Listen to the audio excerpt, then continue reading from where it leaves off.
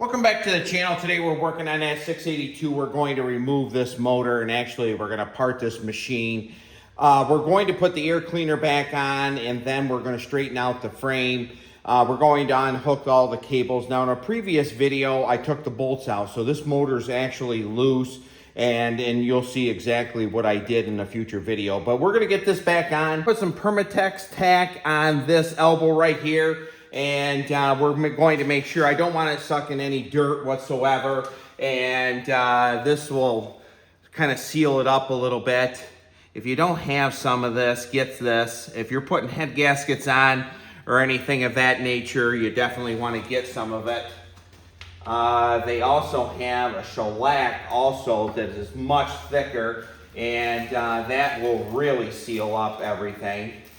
A little bit more messy.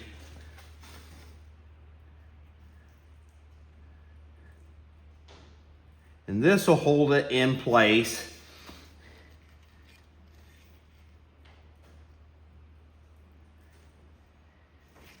Now we'll put the screws in. It's going to take 1/4 inch.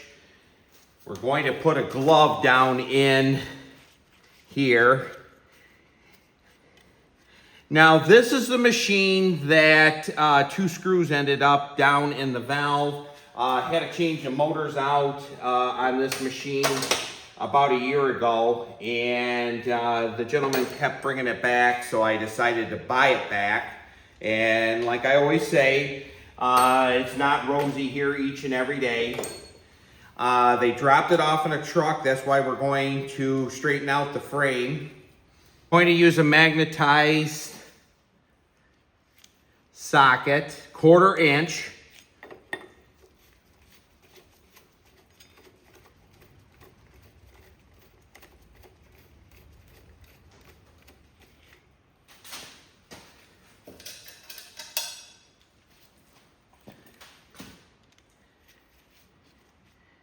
Now, like I said, after we get done, now that just came loose right there. I would have dropped that right down in. And these will go right into the intake valve.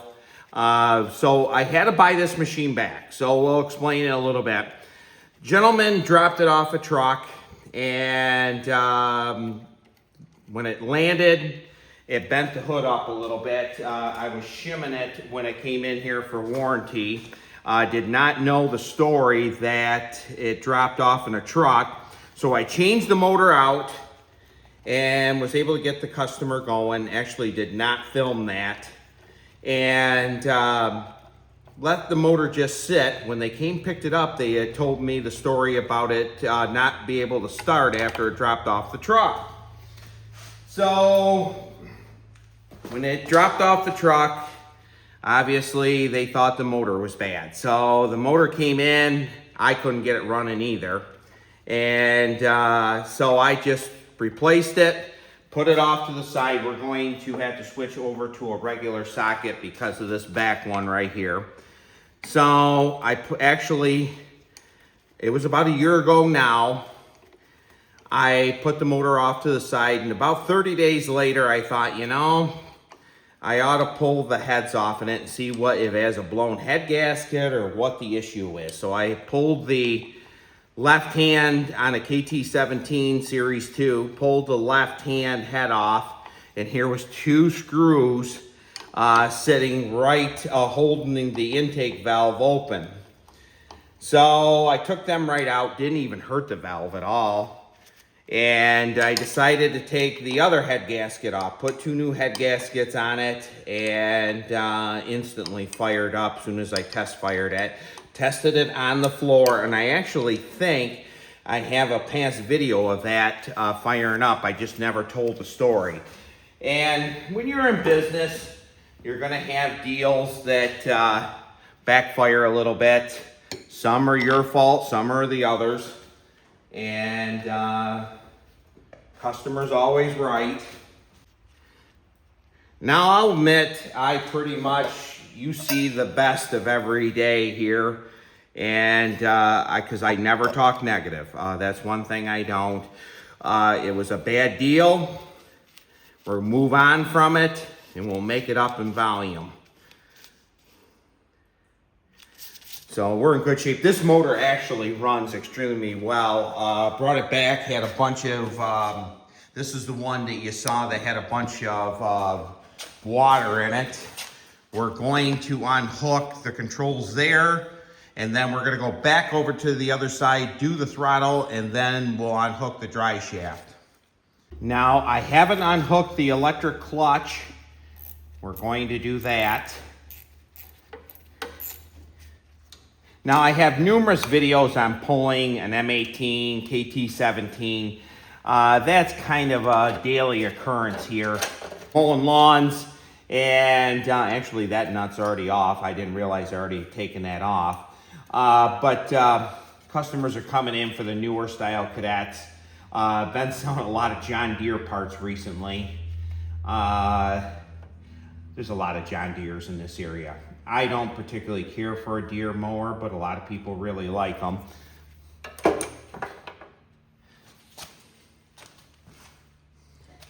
Now, since we're in frame, we're going to unplug the harness right here. Now, a question was asked on wiring harnesses. How do you know when you take them apart or you have them on the shelf if they're solid state ignition or they're points ignition? Now, number one is I label everything when I put it on the shelf, even though I'm not the most organized salvage yard in the world. But if they're two-spade like that, two-spade right here, they are points ignition. If they're three, they are solid state, like the 1811, 1812s, 1810s. Now, what they have on the three-spaded ones is your oil pressure, your charge, and your shutoff. And that's why they have three spades. If they're two, they are points. If they're three, they're solid state ignition. And you know, in my opinion, I personally like solid state ignition better. And most everyone does. It's just so much easier to diagnose. Now we're going to unhook the throttle. Another question that was asked is why I ran the throttle cable through the back side here. This is an aftermarket carburetor. When you have an aftermarket carburetor, you run the throttle cable in from the back on the intake manifold.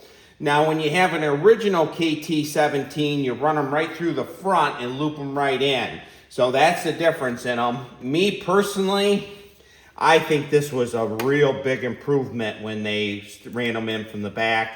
Sometimes you have to shorten up your cable. I do have a video on that.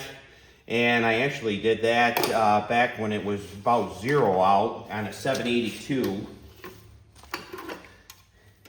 I want to thank one of my viewers. He sent me the tool to make the end, the right bend in the end, and really appreciate that. Appreciate all the gifts that everyone sends.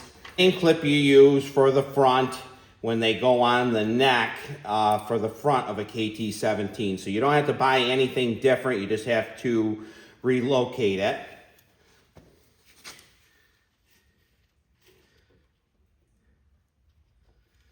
We'll put that back in. Now we're going to unhook the electric clutch. And then we're going to get some blocking. And then we're going to remove this motor and then we'll straighten out that frame.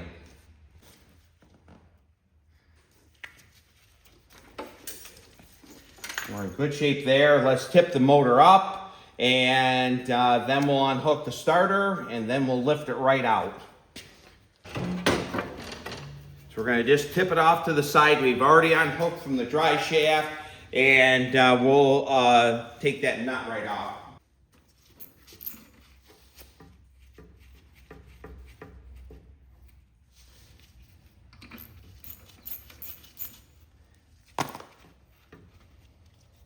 Take that right off. Takes a 7/16.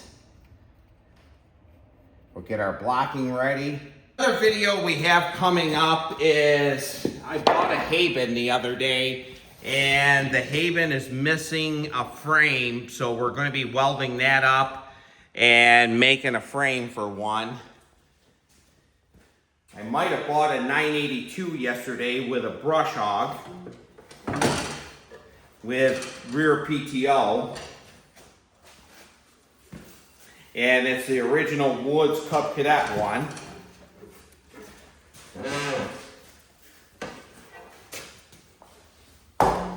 So we're in good shape. We're gonna get that motor off to the side, and we're going to straighten out that frame. You can see it's quite bent right in this area right here. And I'm going to use a chisel, and we're going to see if we can straighten it out. You can see that side is really bent also. We're gonna try the left one first, and what we wanna do is kind of dent that back down. I'm gonna say it's pretty close on the back side. We might have to bend that up, but I'm hoping when we push the front down that the rear is gonna come up a little bit, and we'll see. I'm actually going to pound it down just like this.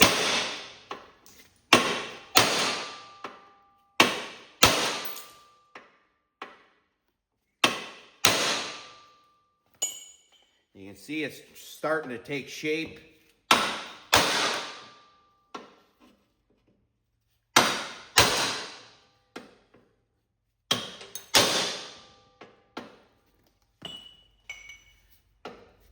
Now I'm sure we're gonna have to shim it a little bit. Now I'm gonna take a bar and I'm gonna bring, actually what I'm gonna do is just use a chisel. And I'm gonna see if I can bring that up just a little bit.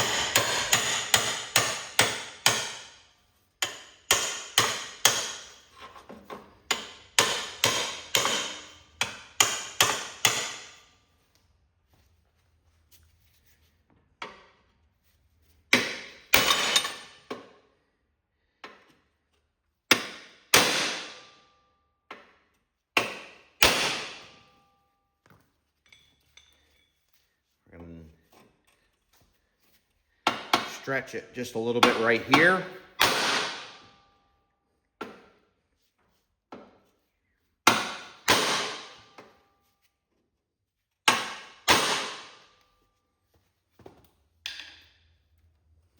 Grab that chisel again, it flew out of there.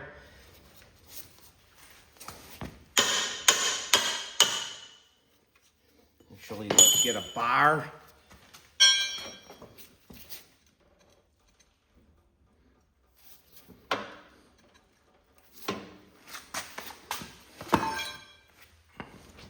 Now, we're not going to make this perfect by no means.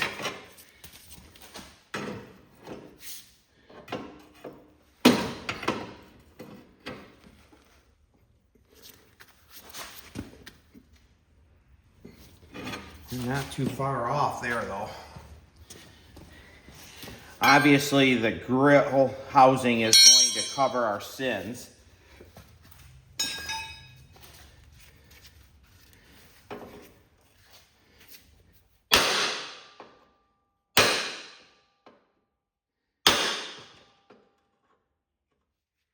I believe we're in pretty good shape.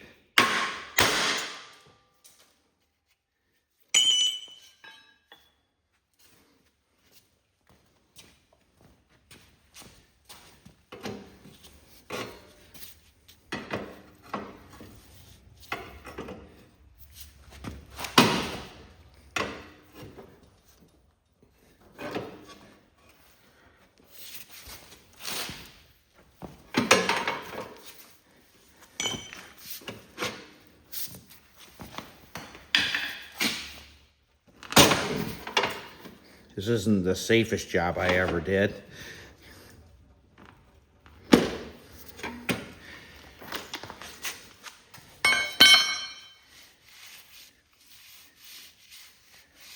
I believe we're in pretty good shape.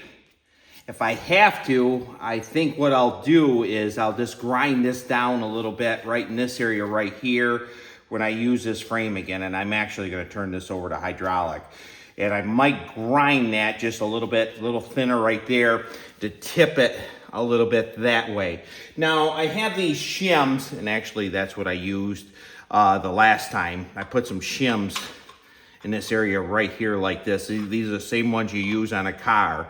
So we're gonna go to the right side and let's see if we can straighten out that side.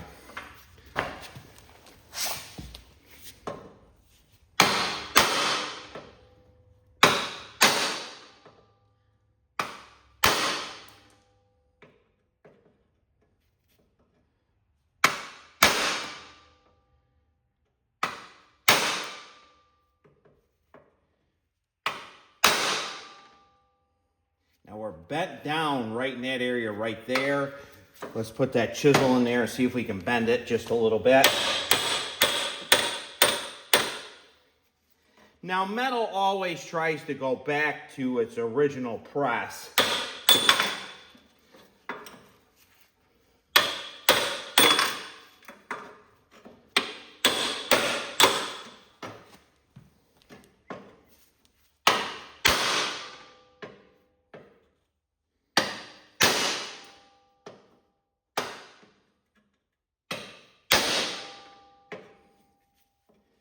We're a little high right here.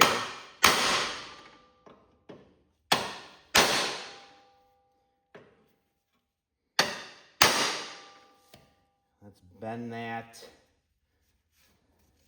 A little high right here also.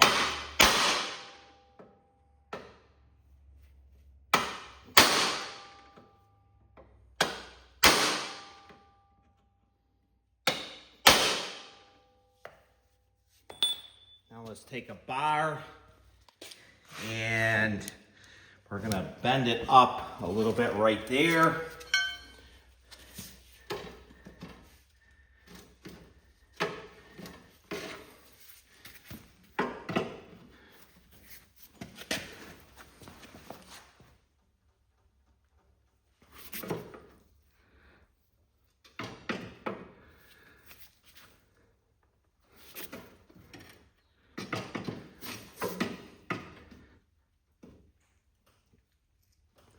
I think we're in pretty good shape.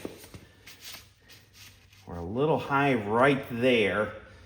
Let's see if we can knock that down just a tad.